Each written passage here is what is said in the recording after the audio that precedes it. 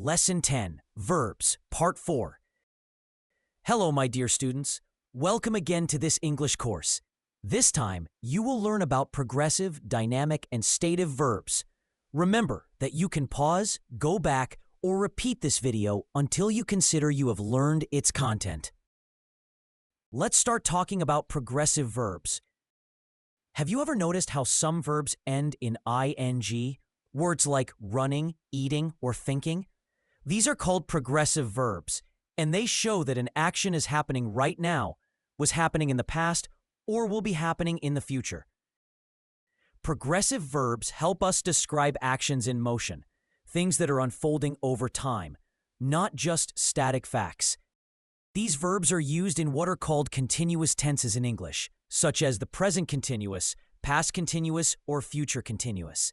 They help us express actions in progress, actions that have not yet been completed. For example, I'm studying. She was dancing. They will be traveling. Don't worry about English tenses for now, as we'll cover them in more detail in another lesson. Dynamic verbs. These verbs describe actions, processes, or activities that require effort, physical activity, or change. Think of verbs like run, write, cook, or study. These verbs can easily be used in progressive forms because they represent activities that unfold over time. For example, they are running in the park. She was cooking dinner when I arrived. They will be studying in London next month. Here is a list of 10 other base verbs and their progressive forms. To clap, clapping. To clean, cleaning. To climb, climbing. To craw, crawling. To mutter, muttering. To pull, pulling. To push, pushing. To smash, smashing. To scribble, scribbling. To text, texting. To work, working. Stative verbs. These verbs are those that are not related to the performance of physical or bodily activities, but to be, to have, as well as thoughts, feelings, and emotions. In other words, these verbs describe a state, condition, feeling, and emotions rather than an action. When we talk about stative verbs, think in verbs like love, hate, have, know, and believe. Stative verbs are not usually used in progressive forms because they describe states that are constant or not actively changing. However, in some sentences, stative verbs can appear in their progressive form, but when this occurs, their meaning can also change. Here are some examples to help you understand what has been said so far about stative verbs. It is correct to say, I know the answer, but it's incorrect to say, I am knowing the answer. I love my wife very much. In this sentence, the stative verb to love shows a feeling that not required of physical activity. But it is incorrect to say, I loving this chocolate.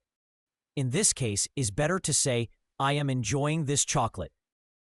Nevertheless, in informal conversations in English, people sometimes use the verb to love in the progressive form to emphasize a temporary and strong reaction. Therefore, it is okay to say, I am loving this song, or I am loving this movie, which means that I am really enjoying it at that moment. This is the case in an advertisement for a famous fast food chain that says, I'm loving it. Check out this other example. I have a blue car. Here, the verb to have expresses possession or state of belonging rather than an action.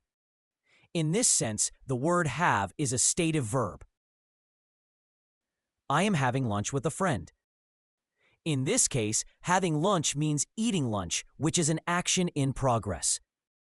Therefore, the meaning of have changes from a stative verb to a dynamic verb. Here is a list of the most common stative verbs used in English.